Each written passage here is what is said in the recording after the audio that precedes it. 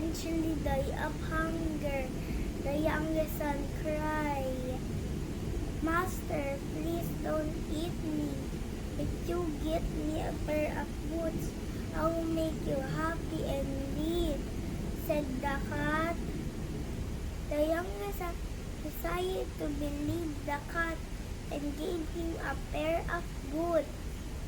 The cat jumped into the boots and ran into the forest.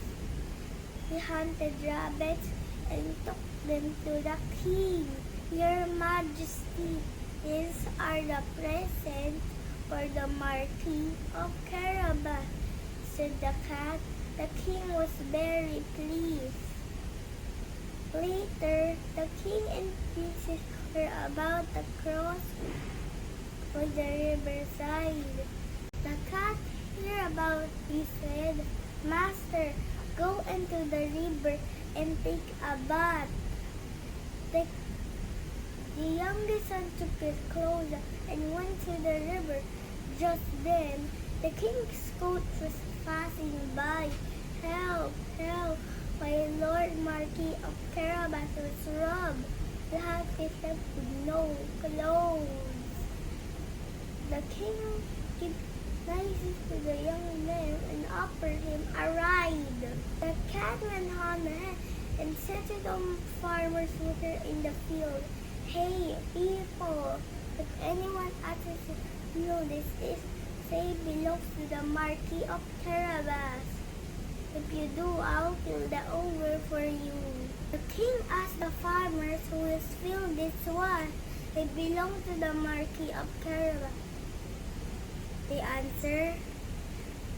And thus, the cat went to the castle and was swarmed by a scary ogre. The cat said to the ogre, "Can you train into a big lion?" "Ha ha ha, that is so easy," said the ogre, and he changed into a big lion. The cat then said, "But you can turn into a smaller mouse." The ogre turned into a mouse, and that moment, gum! The cat ate up the mouse. The cat invited the king to the castle and said, "This is the castle of the Marquis of Carabas." Later, the Marquis of Carabas got married to the princess.